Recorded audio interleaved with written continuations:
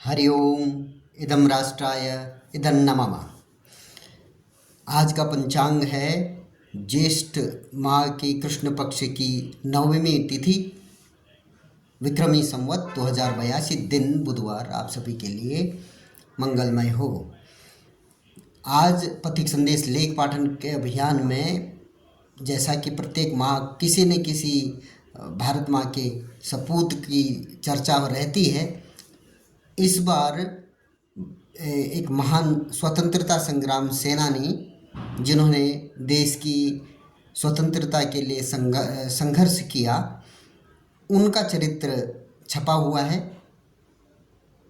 परंतु जैसा हम लोग जानते ही हैं, जो स्वतंत्रता संग्राम में जिन्होंने अपना सर्वस्व बलिदान दिया, उनमें अधिकतर संख्या उनकी थी जिनको कभी जाना ही नहीं गया। तो अनाम और ऐसे गुमनाम स्वतंत्रता संग्राम सेनानी, वो उनको गुमनाम रखा गया।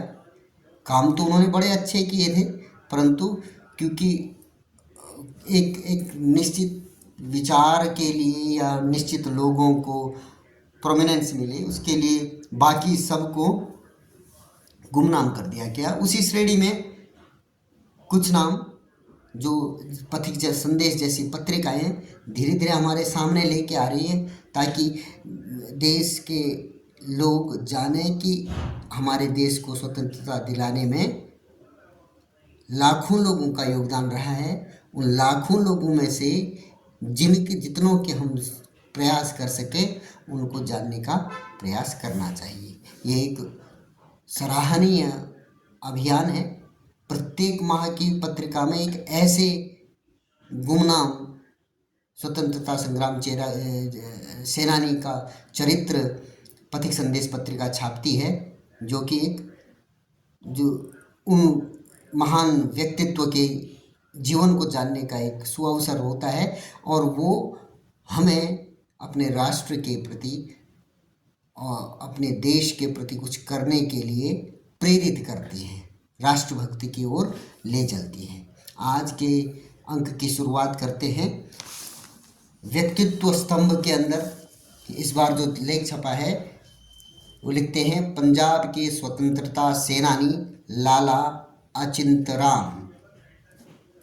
लाला अचिंतराम 1898 से 1961 तक का उनका जीवन रहा है। एक स्वतंत्रता सेनानी, गांधीवादी और भारतीय राष्ट्रीय कांग्रेस के सदस्य थे, जो पंजाब से भारत की संविधान सभा के लिए चुने गए।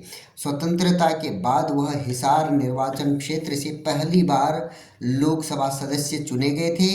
वह स्वतंत्र भारत के 10वें उपराष्ट्रपति कृष्णकांत के पिता थे। अचिंतराम का जन्म 19 अगस्त 1898 को अमृतसर में हुआ था। उन्होंने अमृतसर और शिमला के सरकारी हाई स्कूलों में शिक्षा प्राप्त की। उच्च शिक्षा प्राप्त करने के लिए वे लाहौर में DAV कॉलेज में भर्ती हो गए। वह 1921 में लाला लाजपत राय द्वारा स्थापित servants of the people society के पहले 3 सदस्यों में से एक थे। उन्होंने 1925 में सत्यवती देवी से विवाह किया। सत्यवती देवी स्वयं एक महिला स्वतंत्रता सेनानी थीं, जिन्हें 26 अगस्त 1942 को अपने 3 छोटे बच्चों के साथ गिरफ्तार किया गया। उन्होंने जेल के अंदर भी अपना संघर्ष जारी रखा और जेल के अंदर कैदियों से बेहतर रहने के लिए की स्थिति के लिए विरोध प्रदर्शन किया। जेल के अंदर के कैदियों की जो स्थिति थी बहुत बुरी रहती थी, उसके लिए उन्होंने संघर्ष किया, प्रदर्शन भी किए। आज़ादी के बाद भी परिवार लाहौर के लाजपत भवन में रहा, जहां उन्होंने सैकड़ों विस्थापित शरणार्थियों के लिए भोजन की व्यवस्था की। 1948 में वे दिल्ली आ गए। लाला अचिंतराम की 2 बेटियां थीं, निर्मला और सुभद्रा, और बेटा कृष्णकांत। बेटी सुभद्रा खोसला 13 वर्ष की उम्र में स्वतंत्रता संग्राम के आंदोलन के दौरान जेल जाने वाली सबसे कम उम्र की स्वतंत्रता सेनानी थी। बेटे कृष्णकांत भारत के 10वें उपराष्ट्रपति बने, जो 21 अगस्त 1997 से 27 जुलाई 2002 तक अपनी मृत्यु तक भारत के उपराष्ट्रपति वो रहे। वो एक ऐसे उपराष्ट्रपति थे जो सर्विंग में ही, जब वो सर्विस में थे उसी समय उनका देहांत हो गया था। लाला अचिंतराम अपनी युवावस्था में कांग्रेस पार्टी में शामिल हो गए और इसके आंदोलनों में सक्रिय भाग लिया। स्वतंत्रता आंदोलन के दौरान उन्हें 1930, 32, 1939, 1940 और 1942 से 45 तक विस्तारित अवधि के लिए कैद किया गया। इतनी बार वो भारतीय स्वतंत्रता संग्राम के लिए जेल भी गए। भारत छोड़ो आंदोलन में उनकी विशेष भागीदारी के लिए उन्हें जेल भेजा गया। विभाजन के बाद वह दिल्ली चले गए और भारत की संविधान सभा के सदस्य भी बने रहे। उन्होंने 1952 में पंजाब के हिसार, उस समय पंजाब बड़ा प्रदेश था जिसका विभाजन नहीं हुआ था, तो हिसार पंजाब का ही हिस्सा था, अब जो है हरियाणा का हिस्सा है। 1952 में पंजाब के हिसार से अपना पहला लोकसभा चुनाव जीता। दूसरी बार 1957 में पटियाला लोकसभा निर्वाचन क्षेत्र से जीता। हालांकि 1951 के दौर में वह अपनी पत्नी के साथ विनोबा भावे के भूदान आंदोलन में सक्रिय हो गए। 1953 में उन्होंने हिसार से के लाला जयदेव तायल की बेटी सत्यबाला के साथ सिरसा में लोगों को, भूमिहीन मजदूरों को भूदान करने के लिए प्रोत्साहित करने के लिए एक पदयात्रा की। 1961 में उनका असामयिक देहांत हो गया।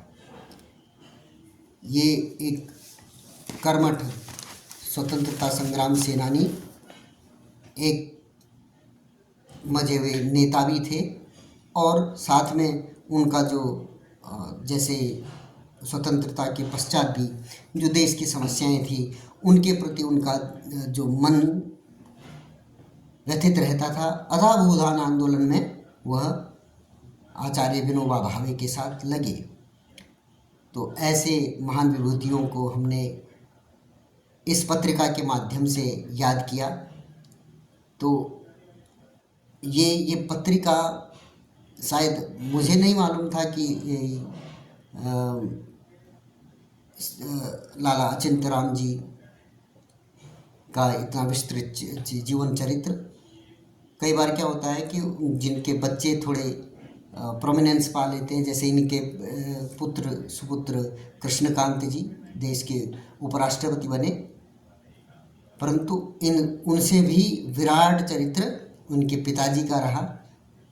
तो निश्चित ही ऐसे विराट चरित्र के धनी लाला अचिंतराम जी को हम श्रद्धांजलि अर्पित करते हैं और उनकी स्वतंत्रता संग्राम में उनके योगदान के लिए उनके सदैव ऋणी हैं और पूरा राष्ट्र उनका कृतज्ञ है। ऐसी ही किसी और प्रेरणादायी कथा जो इस पथिक संदेश पत्रिका में छपी होती है उसके साथ पुनः आपके सम्मुख उपस्थित होंगे। तब तक के लिए धन्यवाद। जय जय श्री राम।